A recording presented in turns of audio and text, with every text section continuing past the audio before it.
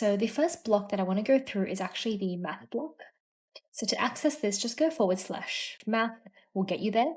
You are able to type any equations and any formulas that you might need, and it converts your keystrokes into actual math notation. So as an example, y equals mx plus b. And if you hit enter, it's going to render in LaTeX format.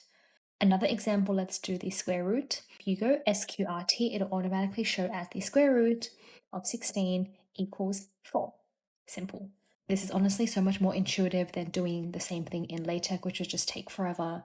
I hated doing anything like subscripts, any powers, whereas 2x squared plus 1 equals 3x, extremely easy to write up formulas. And what is even better about this is this block also supports pasting LaTeX directly into it. So if we go to ChatGPT, I've just prompted ChatGPT to give me 3 math questions with LaTeX formatting. If you just go copy and we go back into our demo and we hit paste, as you can see, the entire LaTeX formatting is supported.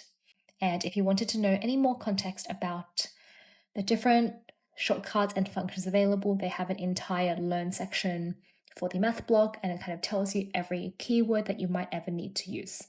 Let's now move on to the next block, which is the matrix block.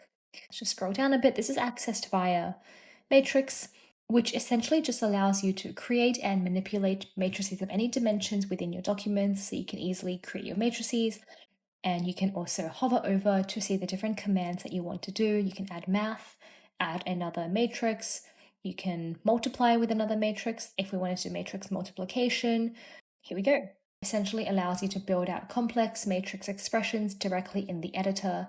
So moving on, I believe the piecewise function falls under the math block because it really is just a hybrid equation. So we could have when x is greater than 0, I want the function to be x squared. But if x is equal to 0, as x plus 1.